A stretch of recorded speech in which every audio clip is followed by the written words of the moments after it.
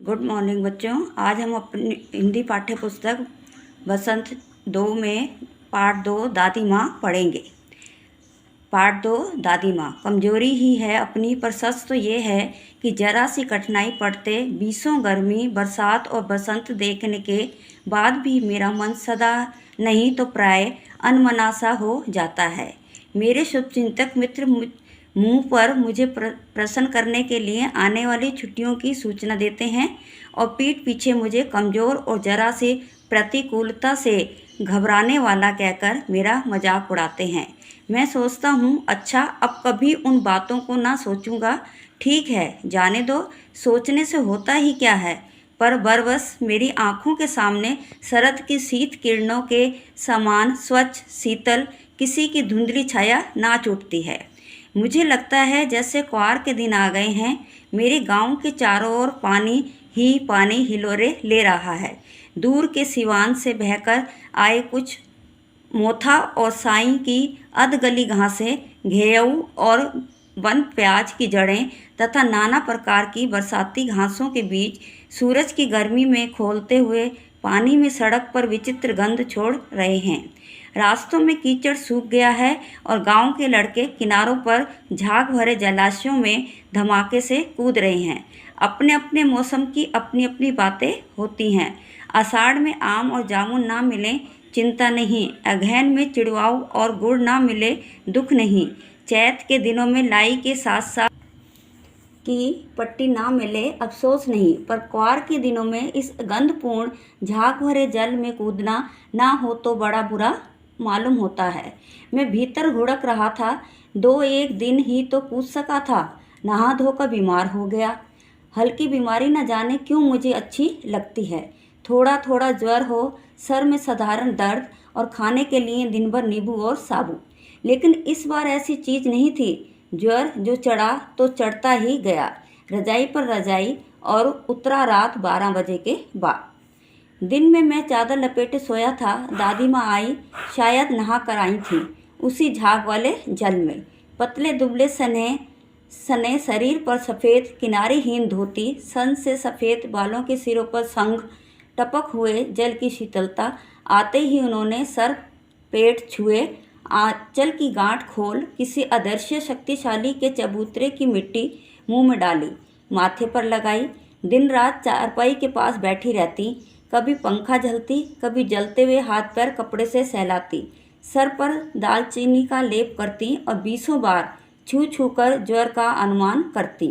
हांडी में पानी आया कि नहीं, उसे पीपल की छाल में छोंका कि नहीं, खिचड़ी में मूंग की दाल एकदम मिली तो गई है, कोई बीमार के घर में सीधे बाहर से आकर तो नहीं चला गया, आदि लाखों प्रश्न पूछ पूछ कर घर वालों को परेशान कर देती।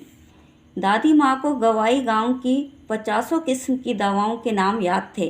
गांव में कोई बीमार होता, उसके पास पहुँचती और वहाँ भी वही काम, हाथ धोना, माथा छूना, पेट छूना, फिर भूत से लेकर मलेरिया, सरसाव, निमोनिया तक का अनुमान विश्वास के साथ सुनाती।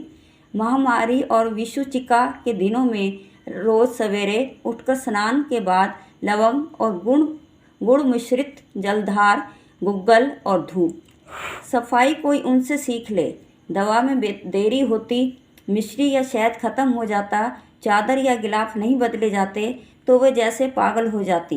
बुखार तो मुझे अब भी आता है, नौकर पानी दे जाता है, मैस महाराज अपने मन से पकाकर खिचड़ी या साबू।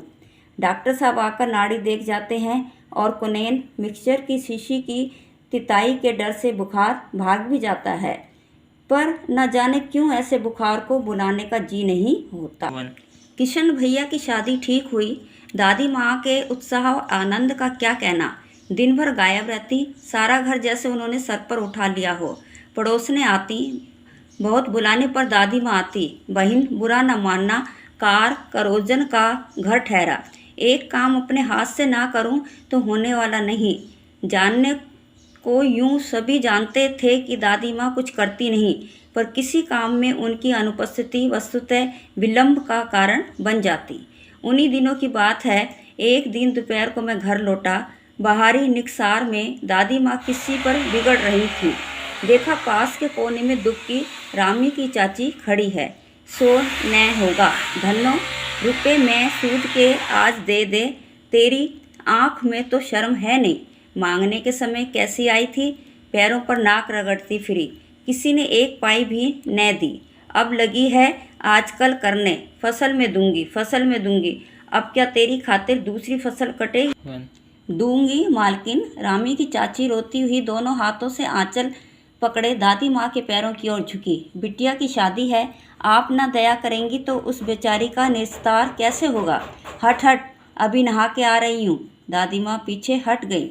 जाने दो दादी, मैंने इस अप्रिय प्रसंग को हटाने की गरज से कहा। बेचारी गरीब है, दे देगी कभी। चल चल, चला है समझाने। मैं चुपके से आंगन की ओर चला गया। कई दिन बीत गए, मैं इस प्रसंग को एकदम भूल सा गया। एक दिन रास्ते में रामी की चाची मिली।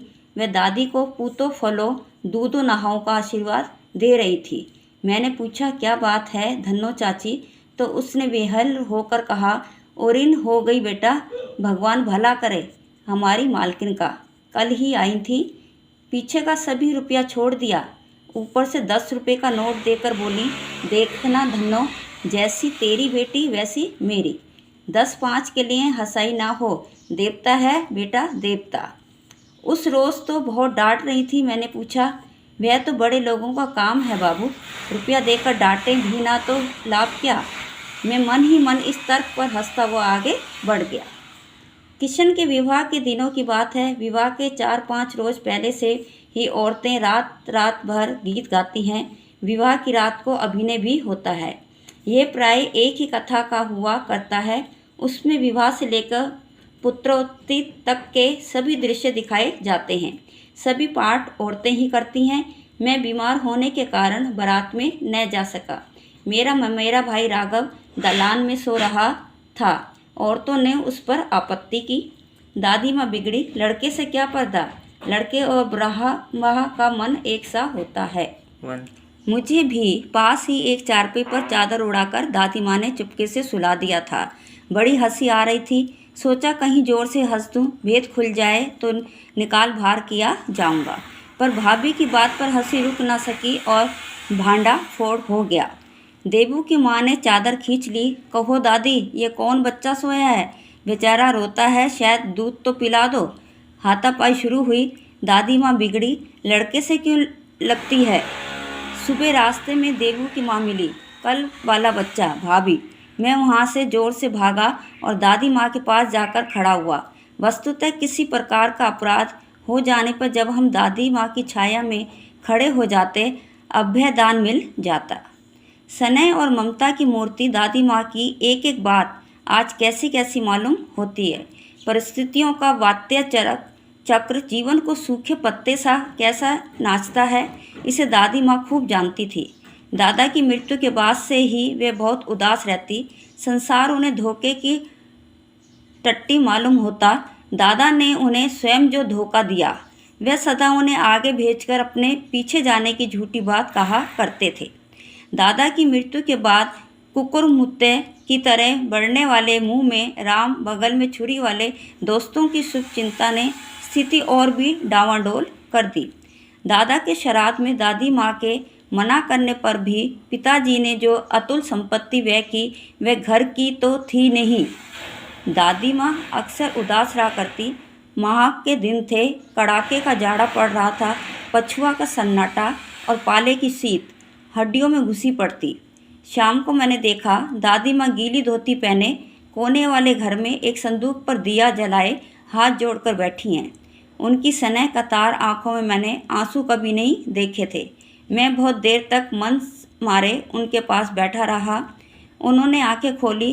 दादी माँ, मैंने धीरे से कहा, क्या है रे, तू यहाँ क्यों बैठा है? दादी माँ, एक बात पूछूं, बताओगी ना? मैंने उनकी स्नेहपूर्ण आंखों की ओर देखा। क्या है, पूछ। तुम रोती थी। दादी माँ मुस्कुराई। पागल, तूने अभी खाना भी नहीं खाया है ना? चल चल, धोती तो बदल लो दादी माँ, मैंने कहा। मुझे सर्दी गर्मी नहीं लगती बेटा। वे मुझे खींचती रसोई में ले गई। सुबह मैंने देखा चारपाई पर बैठे पिताजी और किशन भैया मन मारे कुछ सोच रहे हैं। दूसरा चारा ही क्या है। बाबू बोले, रुपया कोई देता नहीं, कितने के तो अभी पिछले भी बाकी हैं। वे रोने रोने से हो गए। रोते क्यों हैं रे? दादी माँ ने उसका माथा सहलाते हुए कहा, मैं तो अभी हूँ ही। उन्होंने संदूक खोलकर एक चमकती सी चीज निकाली। तेरे दादा ने यह कंगन मुझे इसी दिन के लिए पहनाया था। उनका गला भर आया। मैंने इसे पहना नहीं, इसे सहेज कर रखती आई हूँ। यह उनके वंश की निशानी है। उन्होंने आंसू पोंछकर कहा, पुराने लोग आगा पीछा सब सोच लेते थे बेटा। सचमुच मुझे दादी माँ शाप भ्रष्ट देवी सी लगी। धुंधली छाया विलीन हो गई। मैंने देखा दिन काफी चढ़ आया है। पास के लंबे खजूर के पेड़ से उड़कर एक कौवा अपनी घिनौनी काली पांखें फैलाकर मेरी खिड़की पर बैठ गया। हाथ में अब भी किशन भैया का पत्र कांप रहा है। काली चींटियों सी कतारें धूमिल हो रही हैं। आंखों पर विश्वास नहीं होता। मन बार बार अपने से ही पूछ बैठता है, क्या सचमुच दादी माँ नहीं रही? बच्चों, अभी हमने हिंदी में पाठ 2 दादी माँ पढ़ा। अब मैं इस पाठ का थोड़ा सा सार आपको बता रही हूँ ताकि पाठ अच्छे से समझ आ जाए। दादी माँ कहानी में लेखक ने अपनी दादी माँ के बारे में बताया है कि वे हंसमुख, सरल स्वभाव, दयालु, धार्मिक प्रवृत्ति वाली, बड़ों का दायित्व निभाने वाली और भविष्य की चिंता करने वाली थी।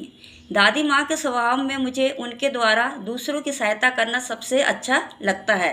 क्वार माह में तालाब के बदबूदार पानी में नहाना, किशन भैया की शादी में दादी माँ के उत्साह और आनंद का क्या कहना।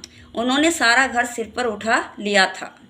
मुझे आज भी स्नेह और ममता की मूर्ति दादी माँ की एक एक बात आज भी याद आती है।